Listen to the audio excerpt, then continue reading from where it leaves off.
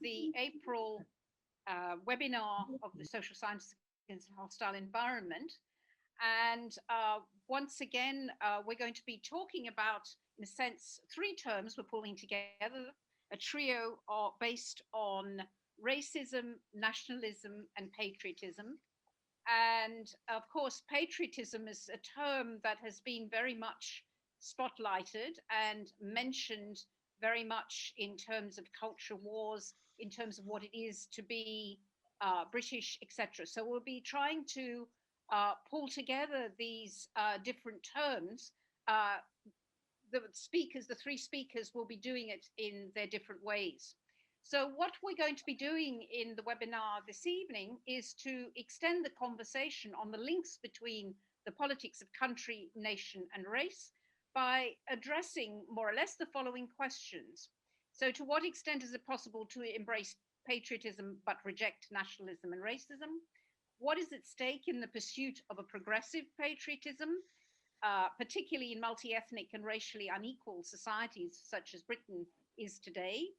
Why has the question, of course, of patriotism emerged so emphatically in the last few years, and I would say even more emphatically in the recent period, as a central component of the politics of belonging on the one hand, but also a politics of exclusion about who is patriotic and who is not, and what kind of patriotism they embrace? To what extent is a progressive embrace of patriotism displacing a politics of economic redistribution?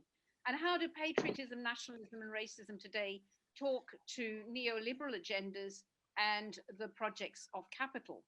Now, we have three speakers. I'm not going to introduce them. That will be Gwyneth who will introduce the three speakers. But we have firstly Don Flynn, Floya Antius, and Valu, who will speak on different issues. And as say, Gwyneth will introduce them. Before we move on to the introductions, just wanted to make a few clarifications about practical issues. So we are recording the session today. And secondly, questions should be posted in chat, and we will be following the chat and then relaying those questions to the speakers. So there isn't a possibility of asking the question yourself, but it will be through chat. So I think they're the main issues that we need to discuss before, or elucidate before we move on. So I pass it on to Gwyneth to introduce the first of our speakers. Thank you very much. Our first speaker this evening is Don Flynn, and the title of his talk is "Did Immigration Win It for Brexit? Lessons for Labour." Don began his encounter with UK immigration law in the mid-1970s in his work at a London law centre. He went on to work as a policy officer for the Joint Council for the Welfare of Immigrants and for a 10-year stint as director of the Migrant Rights Network. He now does most of his work as a steering group member of the Permanent People's Tribunal on Violations of the Rights of Migrants. He is the author of numerous blogs charting the development of immigration policy over the years, as well as peer-reviewed articles on immigration in the political schemes of New Labour and populist movements. Okay, thanks, Gwyneth. I take it you can hear me okay? This is all right. Yeah, I think my role on this panel is invariably in the position of being the activist, the person who was out there doing it, trying to get embroiled in campaigns of one sort or another.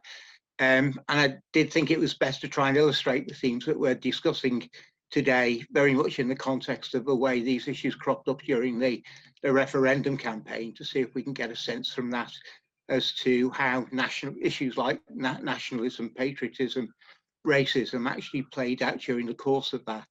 And if you, I'm rolling that up into the simple question of, was it immigration, attitudes towards immigration that settled the referendum campaign, that settled it in favour of Brexit? And I think that my response to that is that it did, but not quite in the clear-cut ways in which we usually think of it. Inclined to think of it manifesting itself as a racism which is uniformly hostile to foreigners, to immigrants in a pure and simple sense, in a way that we might be familiar with if we were talking about the sort of the Powellite movement of the 1960s or the National Front in the 1970s, a visceral antipathy towards immigrants in any shape or form. And I think the picture was more complicated in a number of ways. One of them was that by the time 2016 came around, that we'd had a unique concrete experience of the effects of immigration, which made it more challenging to hold the position that immigrants were bad for the country in a straightforward sense. And you know, we had a perfect laboratory test for this in a way, because there'd been something like 3 billion people had been added to the population through immigration. And the debate as to whether or not it had produced negative effects was at best inconclusive, and marginally on the positive side, that in fact that it produced more benefits than negative effects. And this was illustrated in countless economic studies of one sort or another, which challenged the idea that immigration led to unemployment and depression of wages. I think a second complicating factor was that the traditional basis for anti-immigrant positions had become more complicated by the fact that it was small businesses who were generally seen as being the bedrock of those positions, had ambiguous positions when it came to immigration. Very often they were dependent themselves on access to migrant workers in order to run their businesses. And this was somewhat disruptive of a narrative that was being read out by organisations like UKIP, which were obviously appealing to this as being their basic constituency. And the work of people like John Harris travelling around the country at that point, going to Norfolk and to other places, finding that level of ambiguity, which was obscuring a clear-cut position on this. And the third element of it was the extent to which dog whistle politics certainly has the effect of mobilising its own constituency. People who are determined to feel antagonistic towards immigrants are mobilised by that sort of thing, but also in the context of 2016, when there were other groups around as well, particularly the millennial generation, who we're constantly referring to, was likely to be as mobilised in the opposite direction, by the claims that were the disproportionate claims that were being made about immigrants being bad for the country, and so on and so forth. So my view is that it was a complex picture. I mean, as somebody who was active during that period, having the opportunity to travel around to organise events and meetings and so on, and generally to pose the question of does the experience of free movement justify leaving the European Union, and seeing how people responded to that, was that there were lots of ideas that were swirling around there that made this a much more complicated issue. But the extent to which it was there, I think, is of a more of a background picture. And that was that the nationalism was imprinted across this debate, not so much on the basis of the specific evidence of whether this person was doing that in a bad way to the country, but in accordance with the general principle that we have nation states for a reason, that nations are natural communities, organic communities, and that they present themselves in relation to other nations in a situation of conflict, of tension with one another. And that was what was really present, in my view, in the debate about the European Union. And it seemed to be completely naturalized, and it was available not just to the hard right of the position, but also to the soft left, right the way across the way. the argument was presented in different ways. For the soft left, it was that these were issues that had to be debated out in Brussels with bureaucrats who were insensitive to the specific needs of the British nation, and who were going to be throwing up impediments, and they were imposing forms of regulation which were inherently undesirable, one of which might very well be what was being presented as the open door to immigration. But nevertheless, from the point of view of a soft left who were inclined to vote for, to advocate for Remain, it was still possible to use the forums that were being established within the European Union in order to overcome this. But it meant that the debate remained on nationalist terrain. Nationalist Brexiteers on one hand saying that we needed a complete break with the restraints that Europe placed on us in order to be able to avail ourselves of the natural advantages that the British nation had in the wider world, and the soft left who were prepared to argue that no, we should our tradition of wanting to work cooperatively, of standing for peace and harmony and so on and so forth, all of these things could be reflected within the European context, and we could sort out problems at that level. Could the Labour tradition specifically break out of this, the embrace of nationalism in these? And I think here it's difficult to see how it could, simply because the Labour tradition, in fact the socialist tradition in general, has always grown up within the nationalist tradition. It's taken the view that in order to be able to move on to address the issues of democracy and redistribution and so on and so forth, that the question of the nation had to be resolved first of all.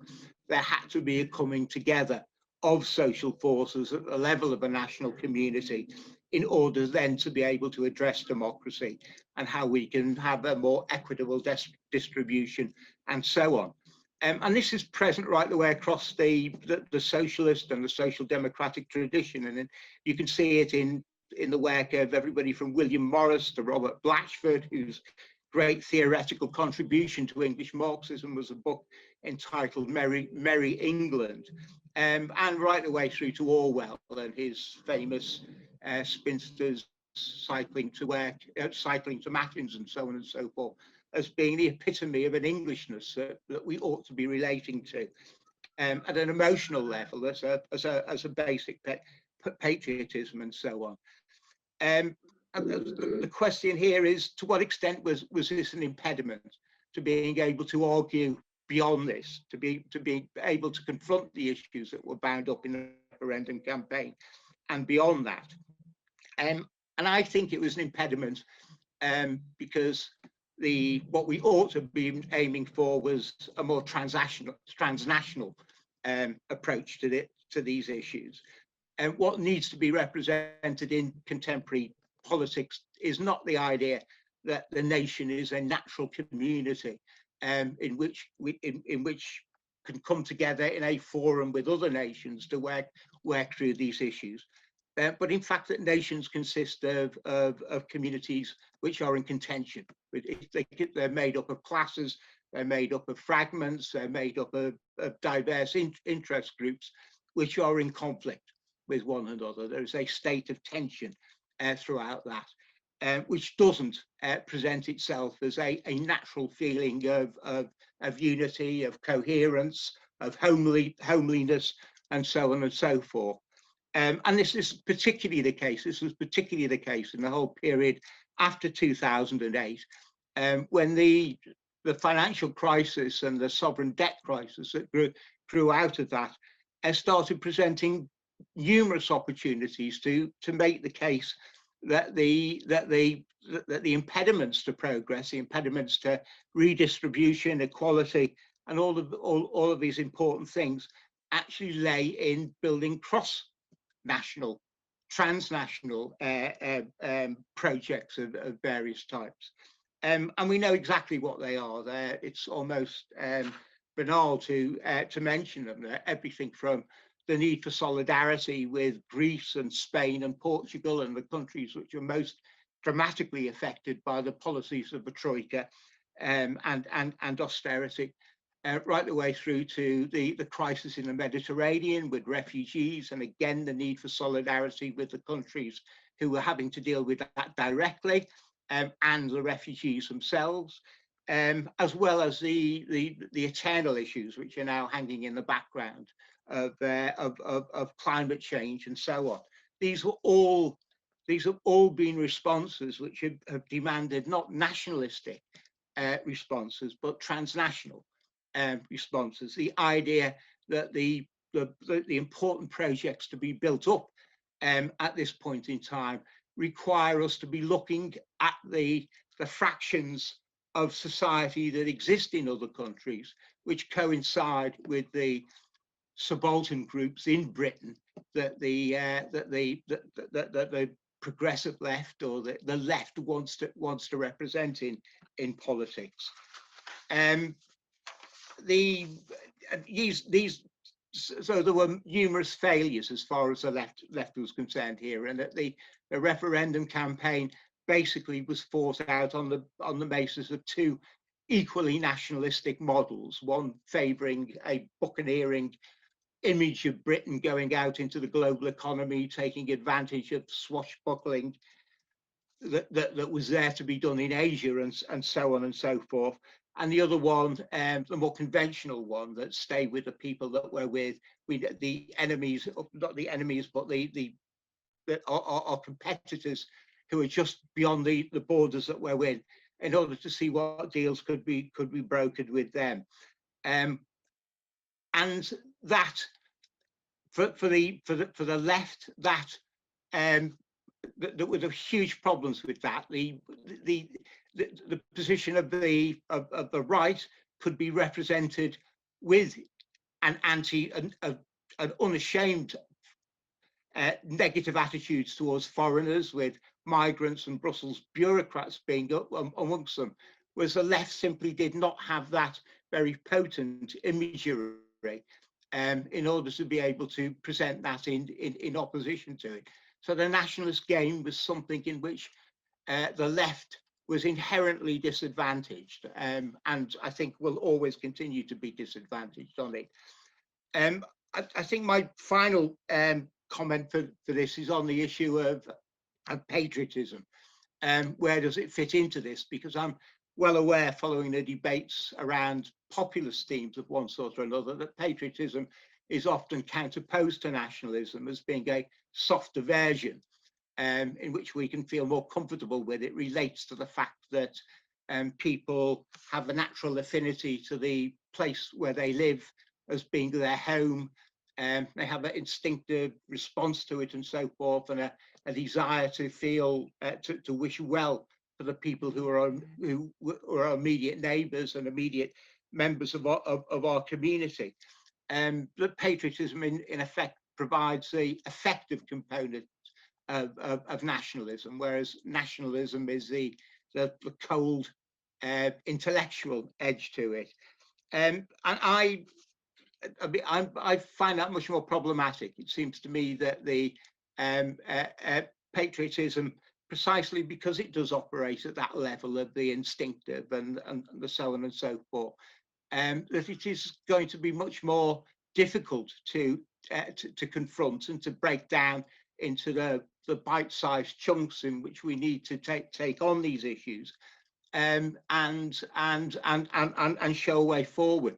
In a sense, it makes more sense for us to confront all the problems which nationalism throws up at us, which is a complex issue. There are different nationalisms in contest with one another. They're neoliberal nationalism, neoconservative nationalism, old-fashioned liberal nationalism, social democratic nationalism, and so on and so forth, which are constantly in conflict with one another. And within the context of specific points in time, have the opportunity to expose themselves, their inadequacies, and to present us a scope for being able to move beyond nationalism. Moving beyond nationalism is going to be about elaborating projects, transnational projects, being able to identify the social movements that exist in countries that we want to work with, that further our aims and objectives. And I'd conclude by saying that my practical experience of working around the referendum is that we ought to be devoting far more energy to building those up than trying to work with a positive version of nationalism or patriotism. Thank you. Thank you very, very much, Don. So we'll be taking questions for all the speakers at the end. Our next speaker is Floya Antheas, and the title of her talk is Patriot Games, Love of Country, Ghosts of Empire, and the Allure of Nation. Floya is an anti-racist and socialist feminist academic whose work has been concerned with different forms of oppression and power relations and their intersections. She has written extensively on issues of race and racism, nationalism and migration, as well as gender and class. Having held professorships at a number of UK universities, she is Emeritus Professor of Sociology and Social Justice at the University of Roehampton and a Fellow of the Academy of the Social Sciences. Floya was born in Cyprus and migrated as a small child with her parents to Britain. Her most recent book is Translocational Belongings, Intersectional Dilemmas and Social Inequalities.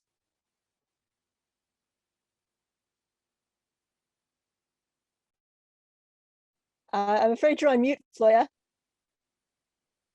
Unmute yourself. Okay, thank you very much, Gwyneth, for that introduction. And I'm glad that I'm following on from John, because I very much endorse his argument. My talk is going to be a little bit more looking at the whole ways in which concepts of difference and boundary making processes and discourses relating to nation, to country, and of course a range of others are aspects of broader governmentalities around belonging, citizenship and entitlement. And I think that there are great dangers in the Labour Party or the left espousing any of these border-making discourses, which are essentially reactionary in the context of Britain. They are the tropes of nation and patriotism play to histories of empire and lost forms of solidary community, which I think essentially also relate to racism. So I don't think that you can embrace patriotism without also, in the context of Britain, embracing the whole history of the British Empire and what patriotism to the British Empire means, which is essentially endorsing white privilege and, of course, the imperialist and racist project involved. So I think that, like Don, I argue that there are dangers in adopting the insignia of patriotism rather than internationalists, going back to the old internationalist principles of the left. And in any case, I don't think we can ever beat Tories at their own game. They're much better at using these tropes than the left have ever been. And I think we also need to move beyond the so-called appeal of kind of patriotism to the working class red wall voter. I think it's a fallacy to think that this is the way to gain their votes again. I think we should draw much more on ideas of economic redistribution, their concern with solidarities, which came very much to the fore during the pandemic, I think, where notions of fairness and justice appears very important to, most of the British population, as well as both the white and the non-white working class. So returning then to other principles of socialism rather than going back in this reactionary way to patriotism. So I think I now want to say a little bit about nationalism and patriotism, because as Don quite rightly said, nationalism and patriotism are not unitary. There are different forms, but whatever form, apart from, of course, the more resistance type nationalism, which are concerned with national liberation struggles, most forms of nationalism and patriotism are dependent on a logic of insider, outsider, of belonging, of non-belonging, and exclusion to access to the resources of the community or the country or the nation. So they all construct differential forms of resource allocation processes and belonging and non-belonging. And I think that the technologies relating to nation are particularly concerned to exclude and exploit sort of people of different, that constructed is in different ways as different as others. And of course, one of this aspect of the technology is to excitation to being patriotic, which, as Don again rightly said, has a great emotional appeal to people, because it also links in with ideas about family, about loyalty, about community, which are part of everyday life for people. And of course, because the nation on which the notion of patriotism in a way is dependent is seen as, to do with blood and soil. That is, blood necessarily and naturally gives rise to kinship and solidarity and loyalty and love and this sort of thing.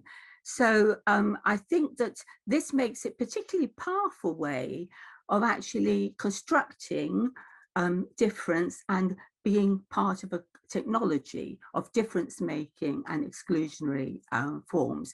Now, of course, as I said, in the global north, usually nationalism has included a concern with creating conglomerates of empire, where one nation rules over other, extracting the wealth of other countries. But nationalism also, and we have to remember this, very important, that's coming myself from a country that was colonized by the British and had a very, I would say, unsuccessful sort of strategy for anti-colonialist politics, which was essentially right-wing nationalists took over the anti-colonialist struggle. It's important to remember that it can be a form of resistance, but if we use nationalist tropes in those struggles, often this can be counterproductive unless they're mediated by broader narratives of commonality and concern with justice. And so, for example, with the war in, the anti-colonial struggle in Algeria, which was undertaken by Marxists, but also by Islamists, and the whole identity politics involved, I think, was counterproductive, as was the case in Cyprus. With the case of Scottish nationalism, which you'll be discussing in our next webinar, it's not so clear, to what extent it can be regarded as a resistance form of nationalism, but that's something that will be no doubt debated.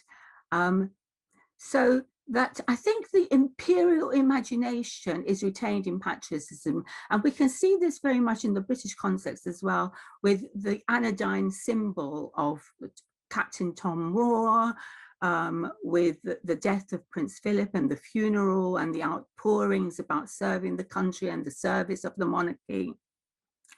And this involves, again, a reiteration of a particular version of British history shaped by an imperialist past, continuing coloniality, and embedded in systemic racism that persists today, forged in empire and colonial projects.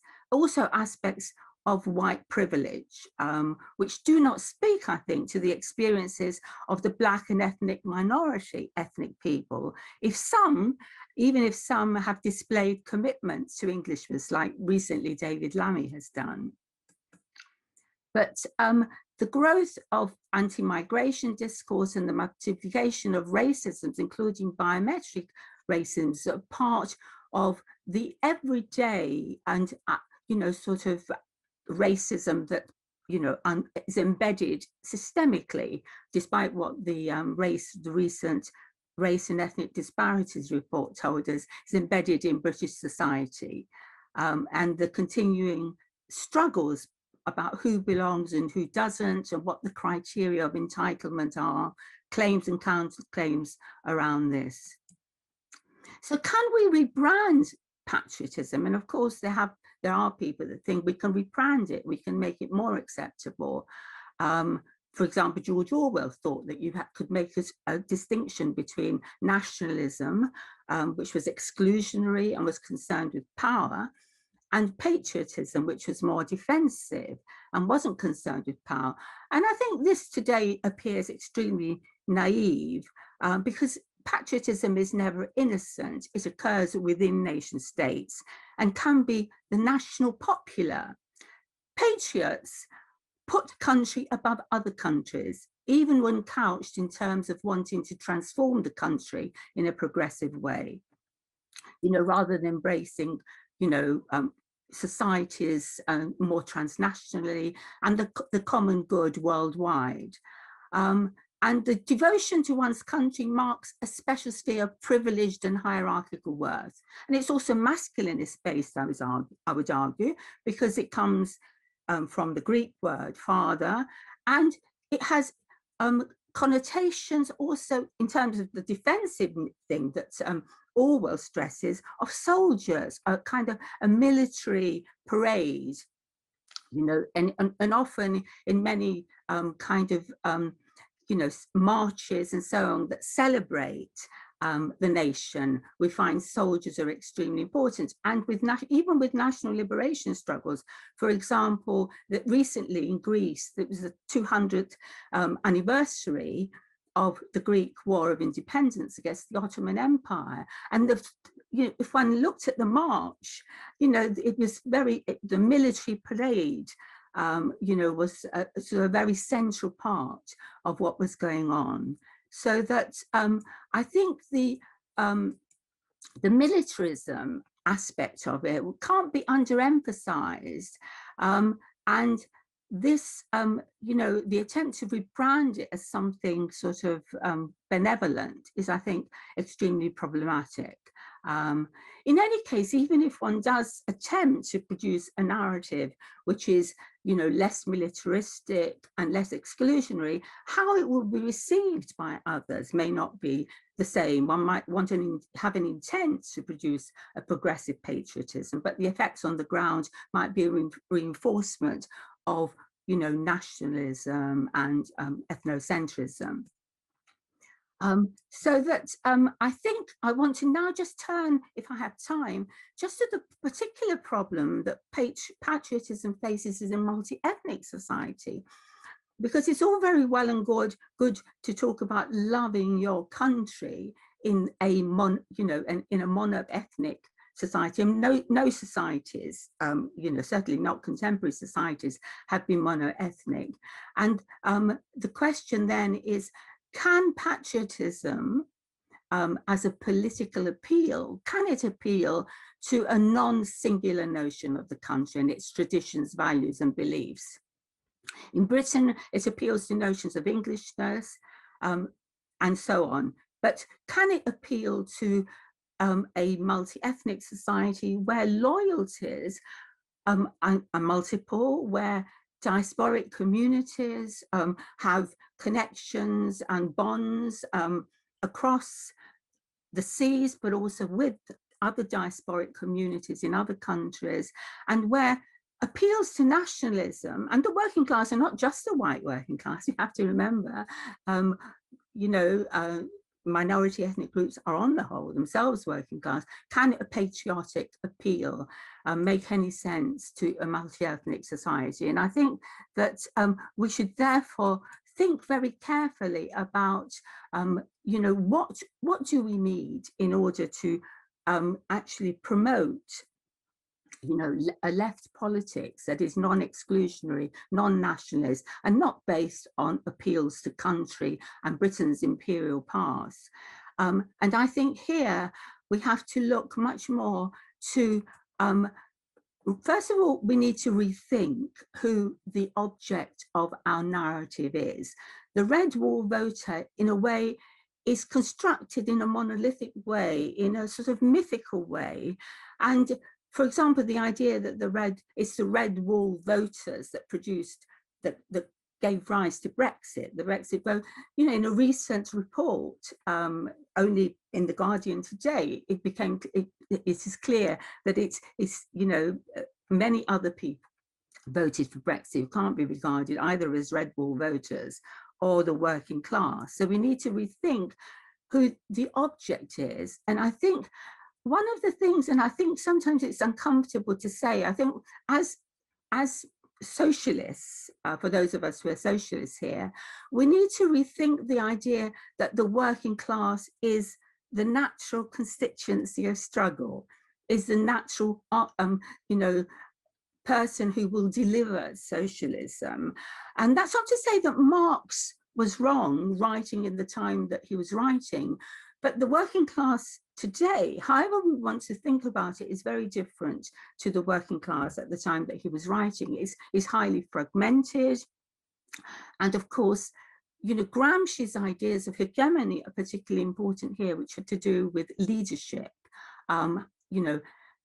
how we harness ingredients and experiences of people in order to produce an imaginary which is progressive. And I don't think, also the other thing I want to say is that I don't think we can put everything down to nationalism. I know that nationalism is an important and very reactionary force in the world today, but I think we need to go back in a kind of Marxist way to tying it with the interests of capitalism as well, because nationalism and narratives of patriotism and nationalism often emerge alongside particular projects of capital, just as sort of, for example, borders around migration and the reception of migrants, refugees and asylum seekers is often linked to the projects of capital.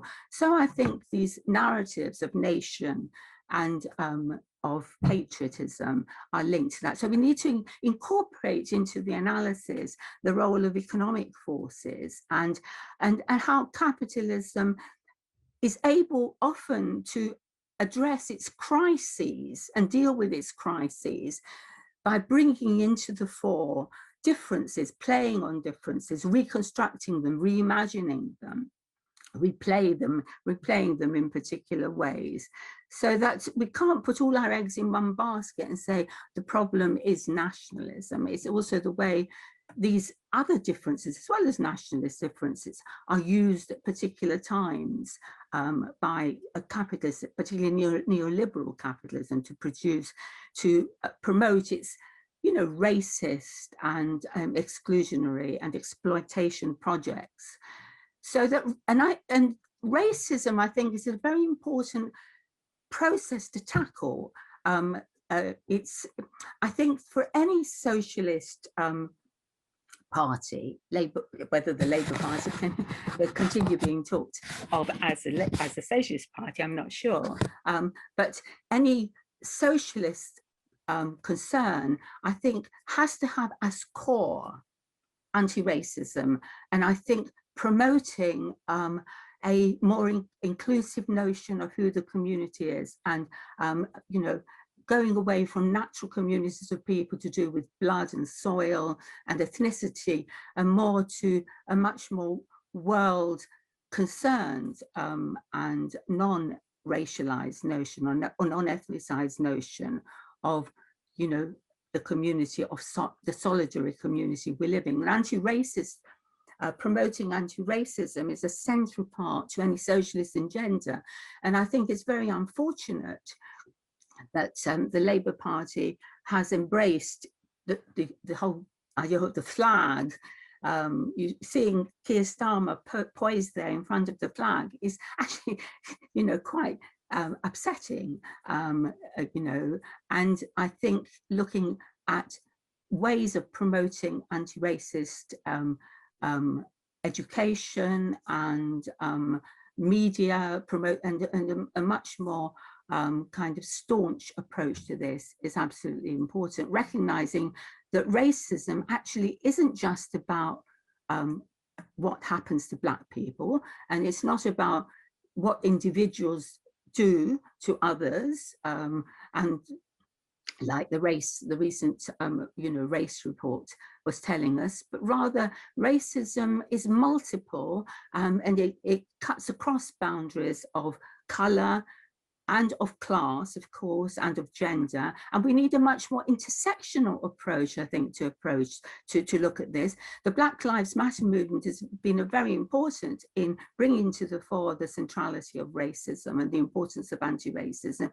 But again, one of the dangers there is that we forget that it's not just about Black people, that in fact, migrants are racialized, and migrant women are racialized in particular ways, and that anti-Semitism, which we had already a webinar on, is another facet, and anti-Roma racism, and these cannot be encapsulated by the Black Lives Matter movement because of the focus on police violence, particularly against young Black men, and the killing and murder of George Floyd and so on, which is a very important kind of instrumental thing for bringing out Black Lives Matter. So we need a more broadly based anti-racist movement, which isn't based only on identities to do with color or ethnicity.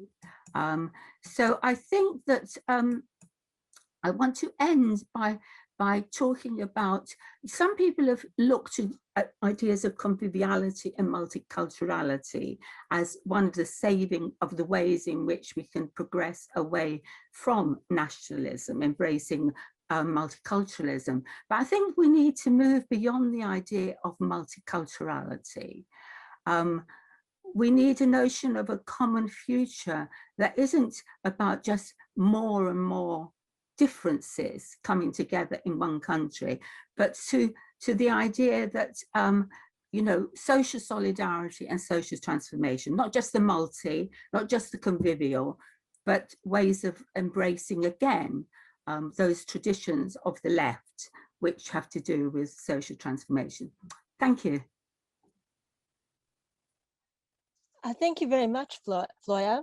Our final speaker tonight is Sivamohan Baluvan, and his talk is titled Red Walls, Borders and Dead Ends, Nationalism and the Left. Valu is assistant professor in sociology at the University of Warwick. He is the author of The Clamor of Nationalism. His wider body of writing has covered the areas of race and racism, multicultural and cosmopolitanism, consumer culture, as well as more general social theory. All right, thank you, Gwyneth. I think I'm sorry, I'm going to be a little more slapdash in my style, not as polished as the previous two speakers. It's just going to be a little bit of glorified punditry. I did have a few remarks on patriotism, but I think it's one of the ailments of going last is that some things get already touched upon. So I think I will just omit all of that, but I'm happy to return to it in the Q&A if I've got to make some remarks about patriotism, which to be honest, I see it very much as a weasel word of sorts that doesn't really amount to anything conceptually or even politically. But anyhow, in line with this seminar's billing, I think I'll just start by saying, and I think it's been hinted at, but I'll just start by saying that they're actually quite different and quite competing renditions of why an English left politics might be tempted by nationalism. So, these rationales range, of course, from perceived electoral pragmatism and a simple voter-based expediency or perceived expediency, which is what I think we can largely attribute to the machinations of the Starmer-led Labour iteration. There's, however, different things like what we might call post-Marxist, and I think it's fair to call them that, but post-Marxist readings of immigration and so-called multiculturalism as somehow essentially being neoliberal. We also have, and I think, again, this has been hinted at, to a much more kind of melancholic, this is much more kind of a romanticist element, a melancholic fetishization of what they understand to be the working class as exclusively white and exclusively socially conservative, and as modeled, of course, symbolically in a post-war glow, if you like, a fairly drab glow, but a glow nonetheless. And finally, and I think this is also important, and I'm a little more sympathetic to this version, there are also some leftist understandings of today's nationalism as essentially being misdirected anti-capitalist desires, which requires, in their opinion, careful and sensitive harnessing. So we shouldn't move too aggressively against the nationalist or the patriotic, but ultimately, in their defense, they wish to redirect these energies. So on a somewhat sympathetic note, I perhaps should note that, not sympathetic is the wrong word, but in good faith, that though such a diverse leftist place to nationalism might be exasperating for many of us, though perhaps not all of us, it is scarcely surprising that a left nationalist sensibility more generally should be seduced by the nationalist wager. After all, and I'm surprised he hasn't been mentioned yet, but you know, the kind of the formative anthropologist Benedict Anderson, you know, as he says, it is only nationalism that ultimately stages for modernity a sense of political community, a sense of collective identity that, of course, sits in an uneasy dialectical tension with the abstract, alienating, cold individualism of an enlightenment or commercial modernity. You know, similarly, it is nationalism that seems to press what, again, Anderson calls a sensation of, quote, deep horizontal camaraderie, that it creates an intoxicating, almost sacralized, remember Anthony Smith famously puts nation as the staging of the sacred in the secular, but, you know, almost sacralized impression that we are ultimately united in our equal standing. And when seen like this sacralized sense of solidaristic sameness is, of course, vying formalistically for the same terrain as most leftist reflexes. After all, does not any self-respecting left-wing orator, do they not also posit a horizontal camaraderie, quote unquote? Or do we not, I say we here presumptuously, perhaps there are some Tories here too, but it'll be odd to dial into a hostile environment event, but nonetheless, but do we not also speak in the idioms of collectives, the people, solidarity, so on and so forth? Of course, that nationalism is in fact wholly antithetical to a leftist or socialist project is also, I think, generally well understood. Insofar as nationalism ultimately is its own autonomous project and ultimately reconciles the polity to class stratification and exploitation, right? Where the realities of domestic class conflict are subsumed necessarily by what we might call the falsely unifying ecology or ethnic ecology of nation. Contiguously, as much post-colonial theory and, you know, politics, and that's where I'm located both by background and training, but, you know, as post-colonial theory has made so evident regarding assorted global South context, and actually Floya alluded to this already, but, you know, nationalism remains also compromised because in the final instance, it is essentially depoliticizing, or as the great Paul Gilroy calls it, gets stuck in the pre-political, right? Insofar as the assertion of national identity tends to become, hence the kind of intrinsic limits of patriotism to boot, tends to become the primary locus of political desire itself.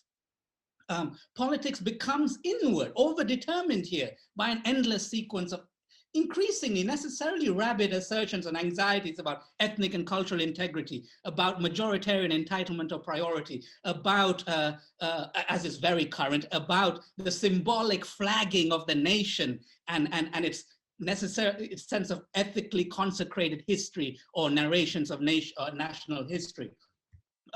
What else? You know, of course, about various agonized laments about the presence of those who do not belong, endless laments about those racialized interlopers, those minorities, those foreign entities, and/or, again, a slur that most of us in this audience will have suffered, also about those naively cosmopolitan, naively leftist dissenters who simply require a bit of patriotic disciplining. And if you follow the Indian debates or the Chinese debates, the principal slur of note now, whatever you articulate, if it is out of keeping, it is anti-national. In China, it's the term baizo, which has a kind of slightly more mischievous effect, but essentially declaring you unpatriotic by daring to articulate progressive thoughts.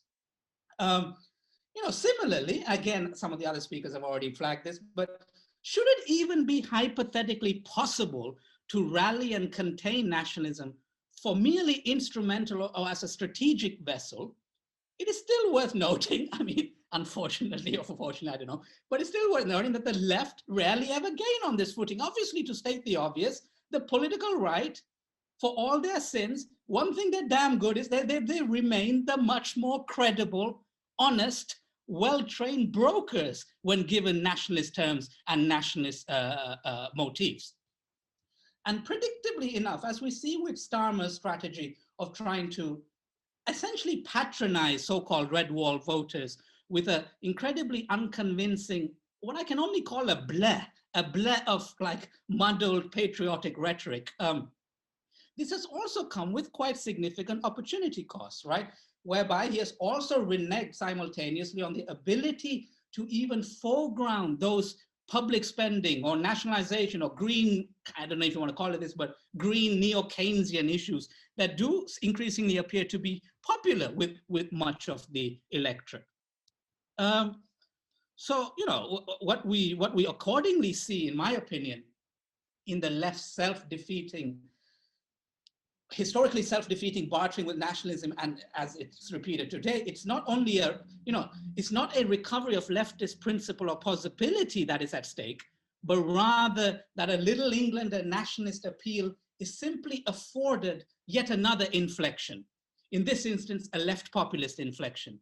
So through these various leftist rationales that I hinted at the beginning, nationalism is simply given this incredibly important anti-establishment frisson, given this alibi of class injury and authenticity, given this alibi of noble patriotic victimhood, and a situation that certainly aids the cause of nationalism, which is, as Don said fantastically, which is always happy in its ideological promiscuity. It has no loyalty bar accepting to its own assertion of national identity. But in this lending to nationalism a leftist premise, it obviously does precious little for leftist politics itself.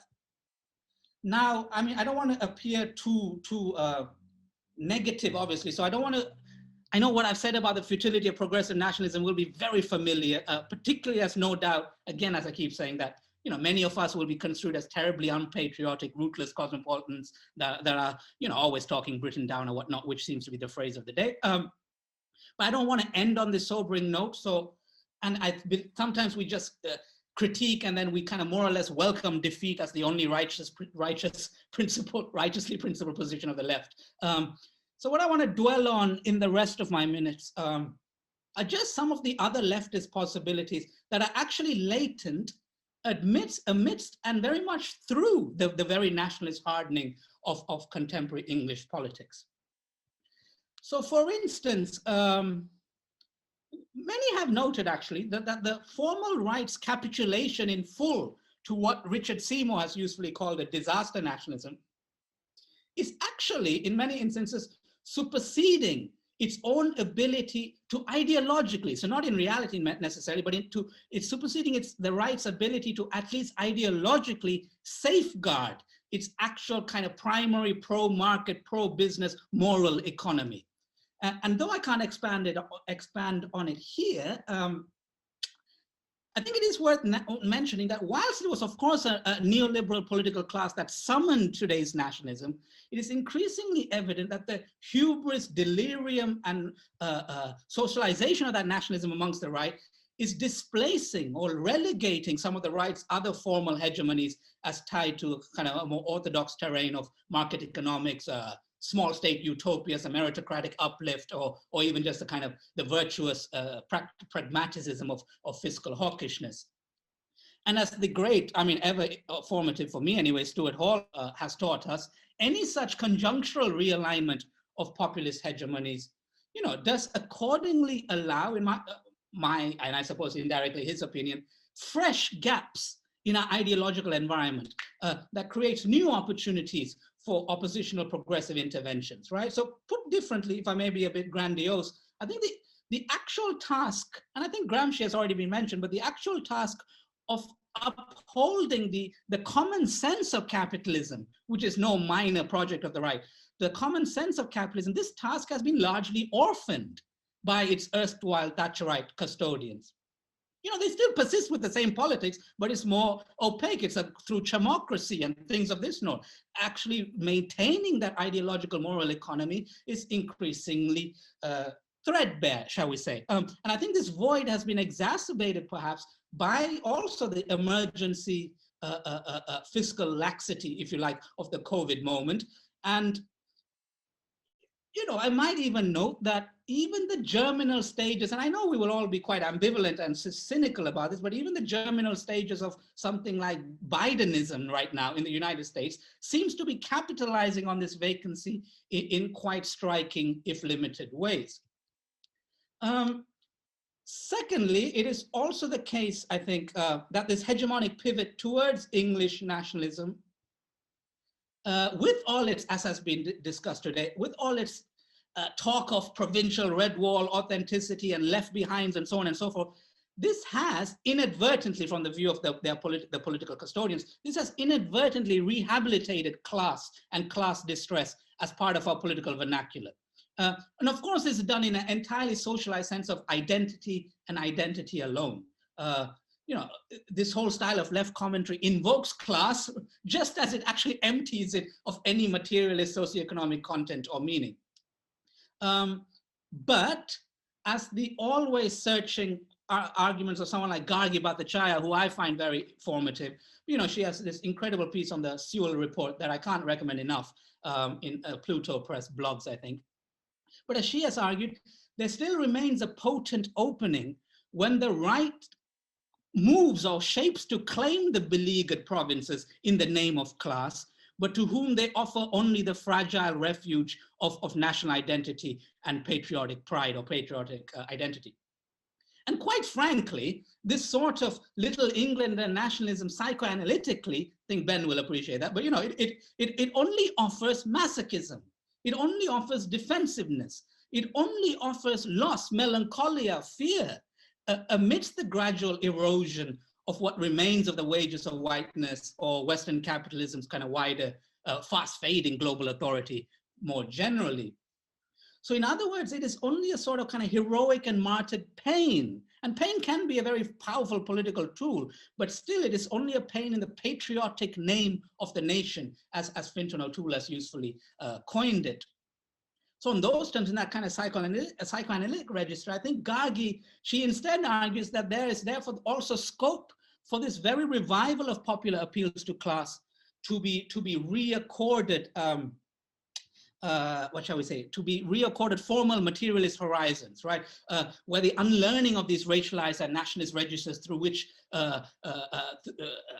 to explain one's sense of decline and distress helps return to those who identify as white English a different kind of affirmative possibility. Actually, something can be gained, and even to return an anticipatory, enchanting sense of pleasure in the solidaristic futures to be had. And of course, I'm very happy to concede that what I say here sounds a lot like well-flogged, tired socialist rhetoric, which it is, let's be honest, as crass and simplistic as that. But I will stress nonetheless on a more analytic note, or what remains of an analytic note here, that the opportunistic revival of class today for nationalist purposes does also threaten a wider validity to class, when once again it has become such a feature of our political language, a validity that whatever the opportunistic desires of the current populist right, but a validity that simply cannot be programmatically restricted to nationalist scripts. And the young, who, as Keir Milburn argues, increasingly a proxy for social class location, represent a particularly formidable possibility, right? It is not sufficiently remembered that even when generationally construed as all under 50. So as broad as that, the 2019 general election would have returned a Corbyn victory, eminently unlikely and beleaguered and harassed as that project, of course, was. So contending with the end of the social mobility thesis, promised only a future of, I don't know, debt and rental dependency, and where the very notion of job security is increasingly just a cruel anachronism, a much more combative generational curiosity or disposition is seeming to take root. And this is also a structurally squeezed generation that has been raised on a cultural diet that invites, to some extent or another, a oppositional and non-nationalist stance.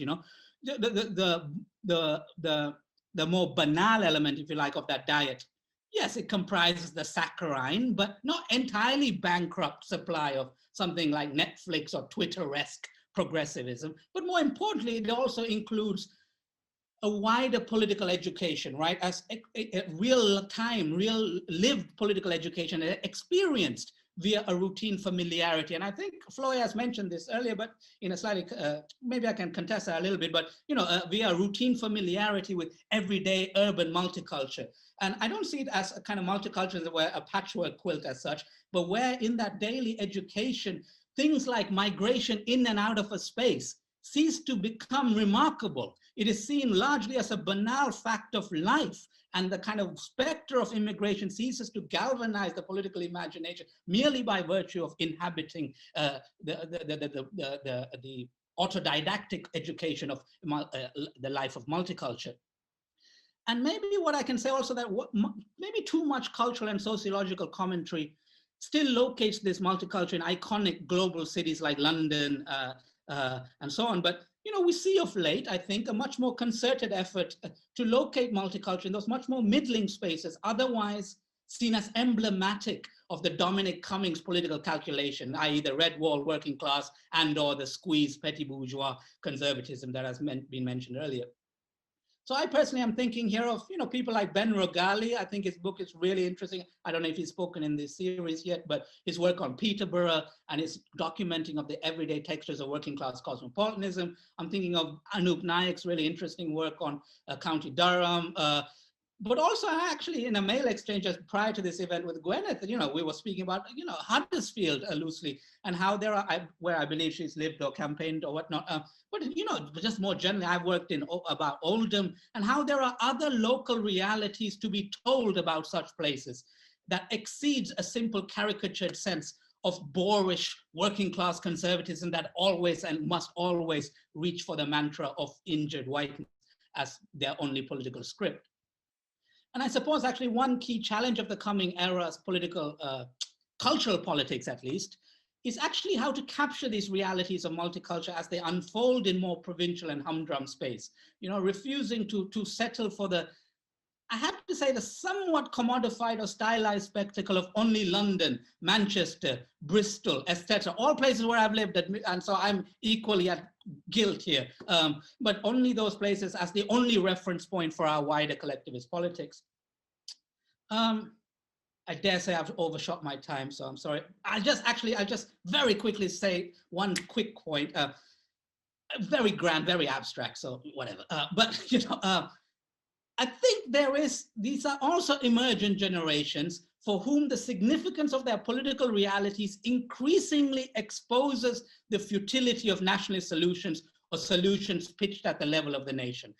Maybe complementing there something of what Don has said. When faced with the planetary imminence of climate breakdown, or when faced with global capital's fleet-footed ability to escape governance, escape taxation, escape jurisdiction, or even when faced with the borderless vectors of pandemics, which COVID is merely a prelude of, I think it might become better apparent, as it is, I think, that all these iconic world historical issues require a radically global, but importantly, a radically post-imperial scale of accountability and action, right? So I just end there, but I know I'm being deliberately naive here in the latter stretch of what I've said. I'm in trying to kind of spy in the nationalist closure certain dialectical openings.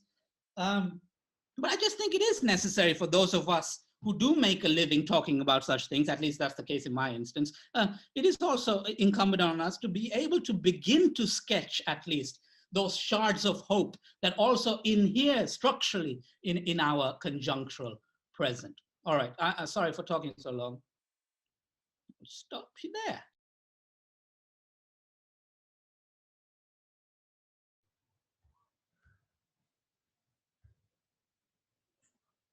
So thank you very much. Not quite sure. Should I take over now or Gwen summarize? Yeah, thanks all speakers. And while you were talking, we had questions were posed, and I will come back to this in a second. And also some kind of controversies about children and adults, whether nationalism and the capacity to differentiate is rather an adult issue and children would not differentiate ethnicity and so forth, but that's a different discussion. Where we started, and part of the title is not only patriotism and nationalism, so I still want to go back to a question, because if we are talking about Brexit, we talk about the, let's say, someone asking that, or stating actually, that the EU, you know, the European Union was an enemy to Britain for years. And recently I read a line which I find captures this very well. A writer, sorry, I forgot the author's name, writing like, the Europeans are afraid of refugees and the British are afraid of Europeans. So this was in a sort of provocative way capturing what probably triggered the vote in 2016, and someone asking, oh, I'm kind of asking the panel to comment on this, that of course the European Union as the other to the nationalism or the empire, or the imagined community of empire maybe, was constructed as an enemy. So I ask the panelists to comment on that, whether you share this view that the European Union, much years before the actual referendum took place, was already installed as a kind of national other enemy. So Don, do you want to go first?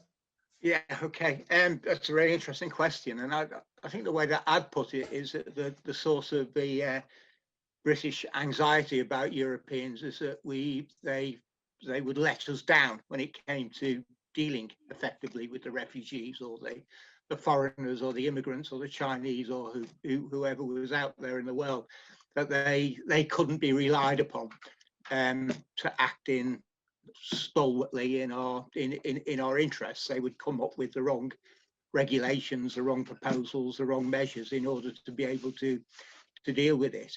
And in that sense, the basic attitude towards Europeans is much more benign. That there isn't the sense of the visceral hatred or whatever to Europeans as there often is to other people across the planet. But the fundamental mistrust, which I think is a hallmark of nationalism, which is basically we cannot rely on the foreigners, whatever forum it's raised, whether it's in the context of outright aggression or we're simply trying to sit down and work out a deal together, the foreigners will always let us down, and nobody can do a better job of representing our interests to the world than we ourselves. That seems to me to be fundamental to nationalism, and it is the source of our what am I saying here? Of the stereotypical British mistrust of the Europeans. Mm-hmm. Thanks, Don. Florian. Do you want to say something? You have to unmute yourself again, Florian. Yeah, I mean, I sort of slightly disagree about the emphasis on a kind of the foreignness of the Europeans, because I think that sort of the interests of Britain and the interests of the the primary European countries, in terms of their economic and political projects, is largely similar. I think that it's, in terms of Brexit, I think there are two things. One is a kind of opportunistic kind of set of, sort of claims by particularly Boris Johnson, you know, in order for him to promote his own project. But I think more than that is to do with the way that the EU has been regulating capital. You know, the more progressive aspects of the EU, you know, are very problematic for a Britain that's dedicated, or a British Tory party that's dedicated to the free market and avoiding some of the kind of more equality policies of the EU. That's all I want to say. Yeah, I think I will second much of that. I suppose it's worth taking a longer view of particularly the right in this country, that its most immediate post-colonial burden in terms of its understanding of scale and selfhood and ability has always surfaced around the European question. And I think those of us who watch the Tory party quite carefully in terms of its history, it is the Tory party has always been in tatters about the European question, Ted Heath onwards into Thatcher. And it's always been this intrinsic fault line that works back to an understanding, and this is the post-colonial hubris, about that Britain is a trading nation that has a buccaneering spirit unique to itself. And part of that narration of nation, when it thinks of its own industrial economy, I think even the ghost of the East India Company and so on, in its narration of self as a commercial country with a commercial spirit that aligns with actually what Floyd is saying in the neoliberal sense. So it's, you know, I think it's an apocryphal quip by Napoleon, but, you know, England, a nation of shopkeepers. And when they Napoleon tried to introduce the continental system to starve or besiege England, these are, I mean, I know that's a distant past, but these things live with the narration of imperial self as it shifts to what David Edgerton calls the post-colonial nation-making self of the 45 Britain. I entirely agree with Floya about, actually, I think it is in many instances, the EU is seen, perhaps wrongly, because I come from Sweden actually, and in there we are critical of the EU for being neoliberal. But I think in Britain, the EU is seen as inadequately neoliberal, and it is to be recalled that Thatcher's great contribution to the EU was to render it more neoliberal. And then they quit the party. It's like hosting a party and then leaving. They're the ones who most efficiently overrode the Jack Delorian vision of some kind of more social or redistributive or moderately social democratic engine to the EU project, which therein was gutted and became a much more fluent neoliberal process. But of course, Britain was central in that vein. But if you follow the Tory right press, and particularly if you read Britannia Unchained in the Cameron wing, Britannia Unchained, written by 6 former very evangelical neoliberal Tories who now are all in the front cabinet, much of their aspersions about the EU was how, quite literally, it was shackling the entrepreneurial spirit of the so-called global Britain to be had. Yeah, thank you. I mean, I absolutely agree. And of course, we could continue talking on this. And as a European myself, there's a lot to say on the citizenship rights level, which then going through or leaving the EU, of course, brings people in a different place. So they're not relying on this kind of stronger citizenship any longer. But moving on now, presentations, there was this kind of tension and argument about transnationalism on transnational orientations on the one hand, and also in what ways the left should also agree on a positive nationalist view / internationalism, probably historically would consider or take for granted actually the national imagination. That said, so there's a question to Don, but I think the others might also join later on. The question was, why do the left, or why the English left find it so difficult to find a common cause with subaltern transnational groups? Why do they do it? I mean, you know, there's very few evidence of them actually attempting it, I think, is the critical issue there, at least as a coherent movement, as a political movement of the left, which basically sets out its strategic methodology as being to challenge the idea that our interests are all represented as a nation state, and as an alternative, it looks for opportunities to build solidarities across borders. I mean, there's very little evidence that that's ever been consistently attempted. And why is that the case? I think it's because for a long period of time, a sort of a social democratic nationalist version of politics has actually worked. It has produced the goods. I mean, a lot of it has been to do with the colonial past and the advantageous position that the UK has within the hierarchy of the nations. It's allowed redistribution to take place on the basis of the idea that a government that can partly reconcile class interests at the national level could, for a period of time, at least come into existence and allow a degree of redistribution. And that has had a powerful effect on the traditions. It's been very, very difficult to escape from that, to actually offer up the suggestion that what happened in 1945, rather than being a roadmap for the future, might have been a blip. It might have been a moment in time when this was possible, precisely because of the peculiar conditions of having just recently won a war, and on top of that, there was still the benefits of empire was still filtering through in order to be able to generate these opportunities. But that is decisively behind us now, it seems to me. I'm very skeptical about people who are trying to resurrect the 1945 moment as being the way forward.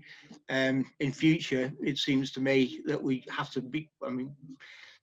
become a transnational left. I prefer the term transnational to international, but a transnational left is one which breaks the issues of democracy, of redistribution, of equality, of the environment, down to the issues which really have to be taken on board and where action is a priority.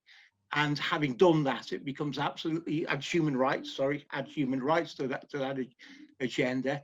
But as soon as you begin to look at it from that point of view, you realise that a national perspective is a dead end.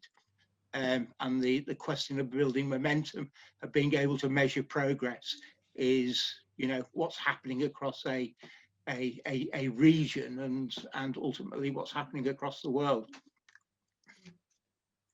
The only thing I want to thank you, John. The only thing I want to say is that in recent times, it's very disappointing that the Labour Party, if we think of that as the left political force that's most dominant in Britain, hasn't been able to harness the important transnationalism and diasporic cosmopolitanism of the migrant and minority working class, because that is really a way into those transnational links, you know, in terms of building a socialist movement, a more transnational socialist movement. And that is extremely disappointing.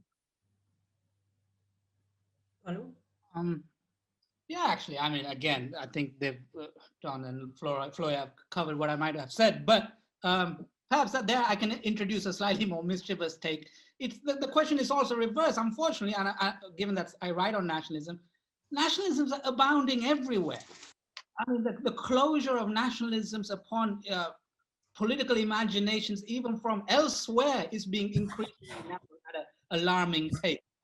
So, you know, when I think of Sri Lanka and India and so on, I come from Sri Lanka originally, and the kind of crippling, suffocating inwardness, where that internationalist, that heady, world-making consciousness of the initial post-colonial moment, all of that is being suppressed to such, or suffocated to such crippling effect. So I think what actually, if I may, a slightly more strategic orientation, the left can't survive in their respective nation states. They no longer have breathing space. So it is merely a practical necessity, if anything, to chart out transnational. I prefer the term to, or even in the sense using Adam Getachu's notion, that understanding of that world-making understanding of what that initial post-colonial moment represents, both for the former colonized world, but therein also for the former colonizers' world, which increasingly sees the legacies of that colonial wealth right in great distress, where we see the shift to a wider world historical Asian century and so on and so forth. And I will therefore say that, returning to something I said in the talk, anything that the left actually cares about, be it climate breakdown, be it global capitalism and its elusiveness, or global capital's elusiveness, and be it, for instance, public health imperatives and so on, not all of that can only be staged at the global. All of that can only, and of course, from my post-colonial perspective, from a non-imperialist or post-imperialist understanding of what it means to engage in global politics and global governance and global redistribution. So even if people don't cleave to my more humanistic thesis about why we should think on the planetary, even by a mere measure of pragmatic reality that nothing else is available to us necessitates a global consideration or engagement.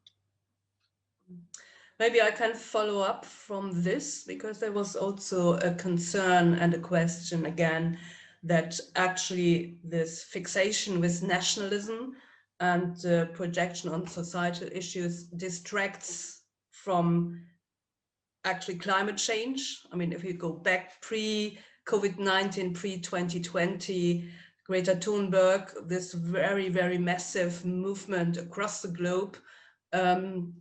So what do you think? I mean, we took the challenge to talk about patriotism and nationalism because it's now on the agenda very much. But how do you relate the comment that this is a distraction, actually, and we should go back again, coming up with this transnational organization and cooperation with minorities? There was someone from Ireland who alluded that Sinn Féin, for example, definitely was cooperating also with LGBT communities and so forth. So there are, let's say, corporations going international, but also transnational organizations going on.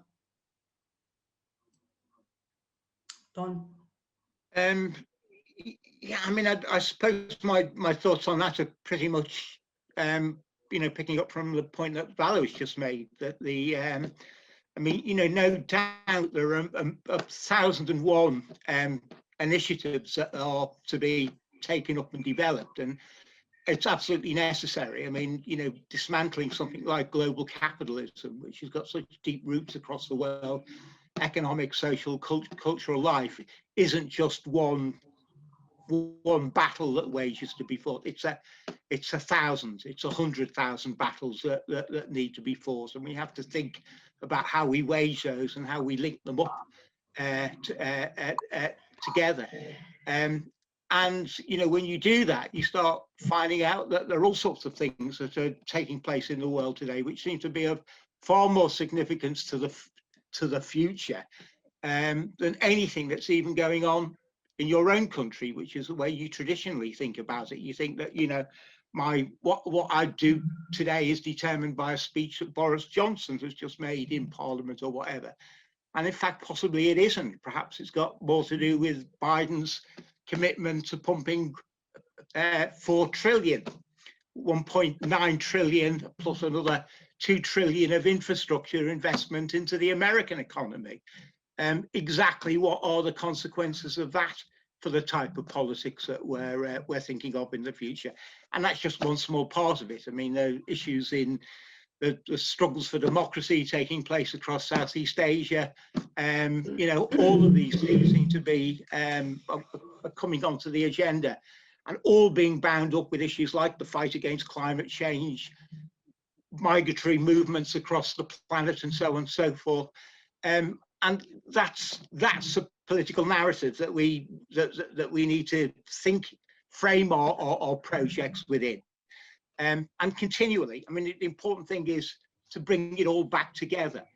I mean, Paul Mason talks about having a what's the term that he uses, networks, directed networks, and so on, which I suspect is going to be the form of political organisation in the future. It is a commitment on the part of people working across these tens of thousands of projects to sharing the implications of what they've learnt with one another, and using that for further generations of battles to put capitalism in the box. Well, I mean, again, I want to be brief here, but I think that, it's very clear that there are complex and multiple struggles going on around the globe, not only around climate change, which is very central, but around democracy and around migration, racism, LGBT, and so on. And I think that the core thing is that these struggles, looking at them in an intersectional and interconnected way is extremely important. And the only way that can be done is through building a movement across the globe, a world movement, which can address those issues together. At the same time, because they're interconnected issues. I mean, the issue of climate change is fundamentally linked to what industrialists, have been doing over the years, polluting our seas, our oceans, our air, and here capitalism and neoliberalism had to be brought into the equation, which is that nationalism often, gives us a sort of tunnel vision, which, prevents us from seeing what actually is really going on in the world around us in terms of, the inequality and the violence and the contamination of our of the planet that's taking place in the interests of profit and, in the interest of specific capitals.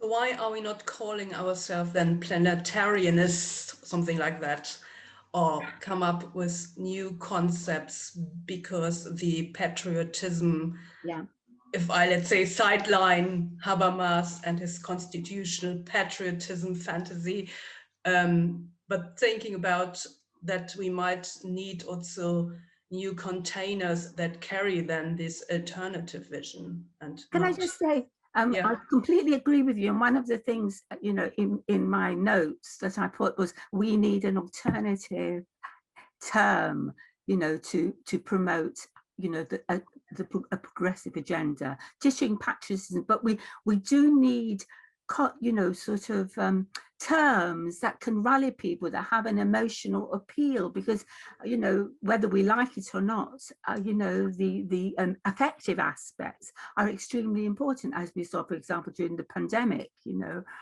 and the mass outpourings of solidarity and so on. And we need something to capture that, because essentially, I think, people, are concerned about these things. It's not that they don't care about others, or they don't care about climate change, and they don't care about inequality. It's just that, our political language and the way it's promoted and the forums within which it's promoted, the governmentalities involved, prevent all those other things being harnessed to a political goal. Yeah. Balu, do you want? Yeah, I suppose I've already flagged the angles that would be most pertinent to that theme, and Don has picked up on it again. Maybe I'll just add further that from the provincial perspective of Britain vis-a-vis climate change, of course, nationalism is particularly misplaced or distorting, insofar as, if anything, for the kind of global scale of accountability and action required, that will entail a significant reparative work on Britain's part in terms of its accrued, what I think the kind of more post-imperial, anti-imperialist Green New Deal types pundits call its fair share of the accrued emissions and the kind of redistribution that will be required. That, of course, will send money elsewhere. So I think that the nationalism from Britain itself would be particularly what shall we say, misplaced of its historical moment. And I can't anticipate any global climate action process or framework that would not involve Britain actually acting from a position of historical responsibility in a somewhat selfless and obliged way. And of course, that is antithetical to any kind of nationalist retreat from the climate change era. Yeah. No, I agree. I mean, that's the link, and someone in the chat also reminded us of the Spanish Civil War, where you had international brigades liberate France to liberate Spain. So there are also historical examples where the identification of people, particularly from the left, of course, was even, I'm kind of reluctant to use the word cosmopolitan, you know why, but a more kind of global orientation to fight battles in other places.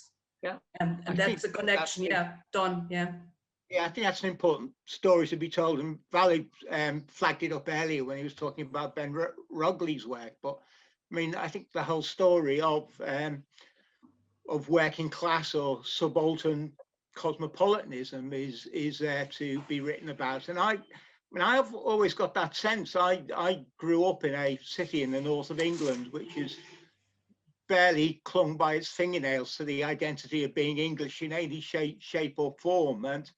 And I remember it being really very easy back in 1968, probably the single most formative experience, well, two of them. One of them was the civil rights movement in Northern Ireland, and the other one was Enoch Powell's Rivers of Blood speech.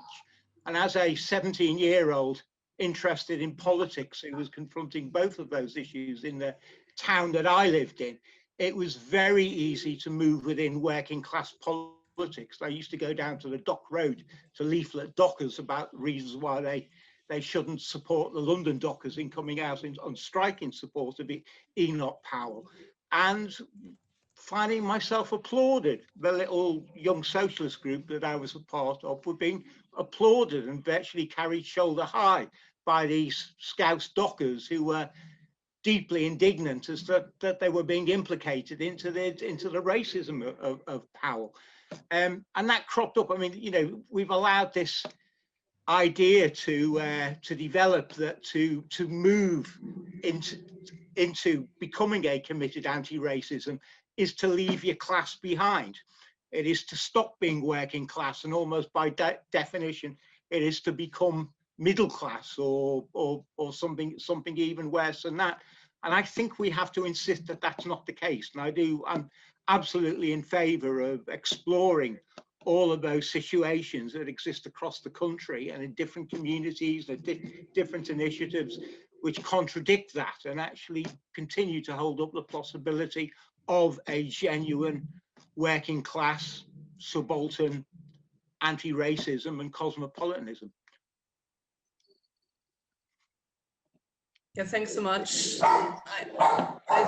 You hear my dog quite annoyed.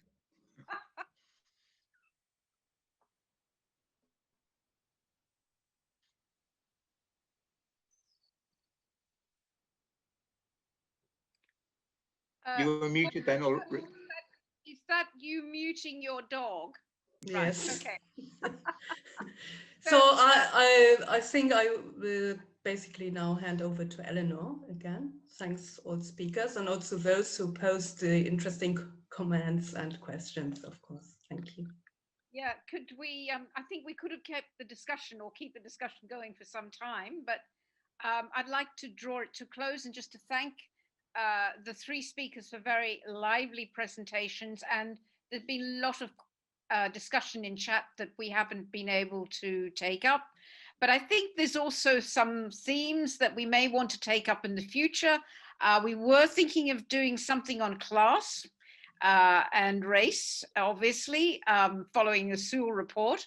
But I think also there's very interesting, the whole issue that I think Don and Valu particularly raised call it, I don't know what we're going to call it, localism, but looking not just at specific large cities, but also at the variety of, you could call it, I won't use the word communities, but solidarities, ways of living together, etc., which needs to go beyond as we sort of, those of us living in London, beyond that. So I think there's a lot of very interesting issues that the speakers have raised, and the discussion is also raised. So as I say, once again, thanks very much for participating, both the speakers and the audience. As usual, we've had a very lively and large audience. So just to finish, I just wanted to announce to everyone that we have the next webinar on March the 17th, May, sorry, 17th, don't want to go backwards. And the title is Brexit, the Hostile Environment and the Breakup of the United Kingdom. And we'll have Bob Jessup as one of the speakers, Emma Hill, and Ulrika herself. So there we go. Okay, so thanks once again to everyone for a very stimulating and lively session.